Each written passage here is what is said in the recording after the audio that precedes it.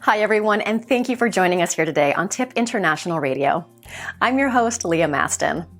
We are showcasing prestigious top professionals from all industries all over the globe to share their experience and stories of success. We have a very special guest joining us today who is a world-renowned educational media consultant and best-selling author. She is widely known for her in-depth interviews and research she conducted with Sesame Street, Mr. Rogers' Neighborhood, Captain Kangaroo, and her consulting work with NASA. She was just recently honored at the International Association of Top Professionals IAOTP Annual Awards Gala at the Bellagio Hotel for her selection as Top Author of the Year and received the Lifetime Achievement Award. Everyone, please welcome Dr. Lucille Burbank. Hi, Dr. Burbank. Thanks for joining us today. Oh, this is such a pleasure. Thanks for having me, Leah. It's really such a pleasure. We are so excited to have you join us today. So, Dr. Burbank, you have over 30 years of experience in educational media and the technology industry. Tell me, what first got you started in this industry? Was it always a field you were interested in? Well, I was lucky. I started at a very young age. I started at a 2-year college, and there I was wondering about my chosen major in early childhood education. I was wondering if that was right for me. Mm-hmm. And then, as a requirement, I attended Professor Nealon's class in children's literature. And she was wonderful, and she asked me, read aloud and act out stories, and I had such a good time doing that. So she looked at me, and she was the head of the radio and television department there at the college, and she said, I really think you should major in radio and television. Well, that was it, because I immediately knew that I was home when I started work there, and I was only 19 years old. Wow. So I was so lucky to find what I wanted to do so early in life. Definitely. Yeah, and then after graduating from this 2-year college, I also taught at an innovative school in Cambridge, Massachusetts, and there I realized, I can combine my love of television and my love of education into a field which was being combined anyway and worked on, and it's known as educational media. So that's how it all began. Wow, what a journey you've had. Now, you are a best-selling author in the Inside Secrets of Sesame Street and Secrets from Sesame Street's Pioneers. Tell me about these books and what drove you to share this with the world. Oh, wow. This is another exciting event in my life. When I was a consultant at the Sesame Workshop, and they are the creators of Sesame Street, I was also enrolled at Temple University in Philadelphia to get a doctorate in educational media. So in doing so, and to make it as relevant as possible, I did a dissertation choosing to conduct in-depth interviews with the creators, writers, puppeteers, producers of Sesame Street. So I did interviews like with Joan Cooney, who, as you know, is responsible for the show's creation, along with Lloyd Morissette. And then I did a wonderful interview with Carol Spinney, who is the puppeteer for Big Bird, and a lot of people don't know, and Oscar the Grouch. Oh, both. I did not know that. I know. A lot of people do not. I know, isn't that? And then I got to interview Jane Henson, wife and creative partner of the late Jim Henson, and also Jeff Moss, who's known for that popular song Rubber Ducky. Oh, my goodness. Yes. Oh, yeah. And these were just a few. I mean, I just went broke. Yeah, and I also did interviews at Mr. Rogers' Neighborhood to get a feeling for that children's program, and then Captain Kangaroo. Amazing. That all shows I grew up watching. I know, and I thought, well, so neat. you know, I'll just have a lovely combination, and it was a big dissertation, but I was able to get a scholarship, and so that gave me more money to do all these interviews. So, but at any rate, what happened with the books is after I completed my doctoral degree, I was looking at Sesame Street pioneers, and a lot of them were dying very young. It can be a number of factors, but at any rate, I said to myself, oh my gosh, Sesame Street was starting to celebrate its 40th birthday. You know, last year it celebrated its 50 years on the air. But at any rate, so I said, you know, these pioneers, they've given me such rich information. So it really is important I get this and disseminate this in a book form.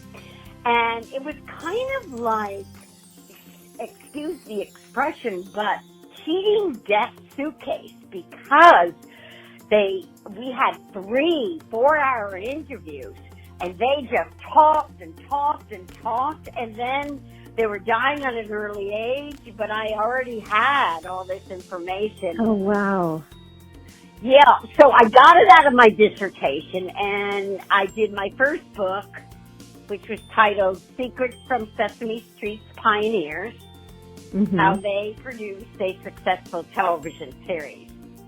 And that book is a reference for television majors, because also I talked about Sesame's wonderful television model, and we went into how they planned and everything else. So I thought it could be a good generic book in terms of for television majors, and of course those majoring and wanting to create children's programming. That would be just great too. Definitely. So then I did a second edition of this book because the critics said to me, oh, we want pictures. So I did lots of pictures. And that book is titled, that's the second edition, and it's titled The Inside Secrets of Sesame Street. And it's almost like a semi-coffee table book. Got it. Just leaf through it and look at the pictures and flip the pages. Yeah. Yeah. It's really fun and dynamic. So I'm glad I took their advice. And then now I'm going to do just one more edition because I need an update. So many things have changed. Sesame Street is now has done shows to help Syrian refugees and all the refugees in the Middle East. So that's something I want to put in. And also their time at HBO. And so we have that information. And so that's what I'm working on now. Oh, that's all so exciting. I can't wait for your update to come out. I am excited too. That's wonderful. I'm going to work on the cover today, and I have a good idea. I'm going to change the cover. And, it's still all exciting. And then I think I'll move on to some other subject matter. I think the third edition will just complete it. That'll complete it. Well, that must be so much fun to work on. It is. You know, I love educational media because I'm having a ball. Well, isn't that the point? Yes, and we'll get to that in another question. Yeah. So I think it's coming up. Yeah. What would be some advice that you would give to someone starting out in your industry? Well, you must love your work. Yeah. And in educational media, it's important to love your work because there are obstacles to surmount. I mean, you have to look at it and say, okay, I expect and I accept whatever obstacles come my way, and it'll be challenging to jump over them or, Right. Yeah. And then, so perseverance is very important in educational media. Sometimes you just have to hang on longer than you would like to. Mm-hmm. The other thing I would say in the planning stage, after looking at Sesame Street's planning, which was one of the reasons for its success, in the planning stage of your work, whatever it is, you want to err on the side of more planning rather than less. And then, there's an example I have here of, I was interviewing Danny Epstein, who was the music coordinator for Sesame Street. And I was interviewing him about producing short pieces of music versus long pieces.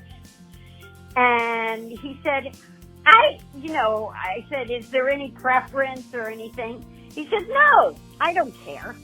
I mean, there's no frustration in producing a short piece or a long piece. Mm-hmm. He said it's the fun and excitement of creating music. And you couldn't, and he also added, you couldn't do this, and I agree, you couldn't do this unless you had fun doing it, because there are other frustrations that creep into production, which is so true. So I end my whole advice saying, ask yourself when you're doing your work in educational media, ask yourself, are you having fun? I love that. That is fantastic advice. It is so good. Yeah, because you have to have fun. Mm-hmm. Yes. You certainly sound like you don't have a problem with that. No. You can check that box. Thank you. Yeah, I'm having a ball. That's so wonderful. So, throughout your illustrious career, you have won numerous awards, honors, and featured in magazines worldwide. This past year, I've heard that you were honored at IAOTP's annual awards gala at the Bellagio Hotel for your selection as Top Author of the Year and received their Lifetime Achievement Award, where you were featured on the famous Reuters building in Times Square and were on the front cover of Tip magazine. Congratulations, that is quite amazing. What would you say has been the highlight of your career or most memorable experience that you've had to date? Oh my gosh, that was a hard one. Mm-hmm. So right off the bat, I would say, although I've added a couple of other highlights, but I would say one of the highlights. Because I couldn't just choose one because all this is so exciting. So one of the highlights of my career and most memorable experience that I've had was working with, now Carol Spinney, the late, he just died this past December. Carol Spinney was puppeteer of Big Bird and Oscar the Grouch. But he was wonderful to work with. What he did is he edited my first book and made sure that it was accurate. Everything was accurate because I couldn't be every place at one time, and especially with his experiences. He just went through and we had such a good time. He's a really sweet man. We had such a good time working together. But now, as I said, upon reflection, it's kind of hard to pick one highlight. Right. So completing my doctorate was really so fulfilling. And then writing a book, finishing my first book was really great. Mm-hmm. And last but not least, being honored by IAOTP. All amazing experiences. Yeah, it's really been fun. And attending the awards gala was just lovely because the people there are just so interesting and there's no egos and they talk about how they're excited to contribute. Absolutely. It's very, very special group of people, for sure. When not working, I know you have some hobbies. What do you like to do for fun? I love to volunteer. And I've been doing that for 13 years at a public school in San Diego, reading to second graders and having a ball. And then I also enjoy exercising, keeping my body in shape, working out and swimming. And cultural activities I really like. I grew up outside of New York City, so my parents would bring us into New York, and we would see a play or go to a museum. I know, it was great cultural education. No, that's wonderful. Yeah, like for instance, I saw Mary Martin in Peter Pan. I mean, you know. Oh, yeah. Yeah, and that really changed. That was really instrumental. It made an impact on me because now I look at quality more than quantity. Yeah. And then I also love to read. You know, when you're a writer, I think you love to read. Yeah. You know, because in fiction or nonfiction, a lot of nonfiction because I'm a nonfiction writer. But yeah. It's really fun. I love to play with my dogs. What kind of dogs do you have? I rescued recently a Bichon Frise, and she is 14 years old. This is the second dog I rescued that's mature and a senior. That's so sweet. Oh, she is lovely. She is lovely. Her owner got chronic dementia, so I came along and said, she's lovely. That's so sweet. Yeah, and they're so appreciative. Yeah. So so I play with Maggie, and she relaxes me. You know, you forget about Yeah. So I wanted to add that. So sweet. Looking back, what would you say you attribute your success to? Oh, I would say mentors. I had some of the best people in the industry and educational media. I had Dan DeSantis, who is just so great, and then Dr. Valeria Lovelace, she was my boss at Sesame Street. She's was assistant vice president of Sesame Street Research. And then Dr. Dennis Pett, he was professor emeritus at Indiana University in Ed Media. He was excellent. And then Tom Whitehouse was my first husband, and he was a person that said yes to me in terms of, yes, this is a field you can go into.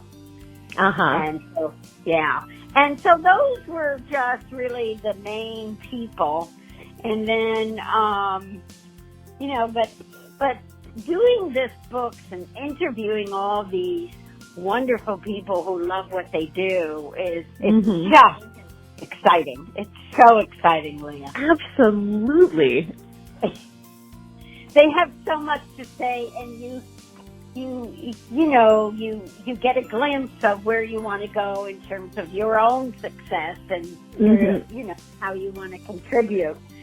So it's been, I really am blessed. You have had an amazing journey and have made incredible contributions, and I just want to thank you so much for joining us today. We are so honored to have you as a guest. Well, thank you. It's such an honor, and again, it's another highlight for me to do this radio program or interview. Yes, it's so nice chatting with you and getting to know more about your life and your journey. And at the next awards gala or networking event, I hope to be able to chat with you a little bit. Hear more about all the fun. Hear more about all the fun you're having. Okay, I will, and I'll bring you the third edition of my book. Yes, I cannot wait to read it. Yes, I'll autograph a copy and give you I would love that. Yeah, you're so wonderful. Thank you so much, Lucille. So sweet. All right, well, we'll talk soon. Thank you so much. Okay. And for more information on Dr. Lucille Burbank, you can visit her page on LinkedIn or at the www.iaotp.com website.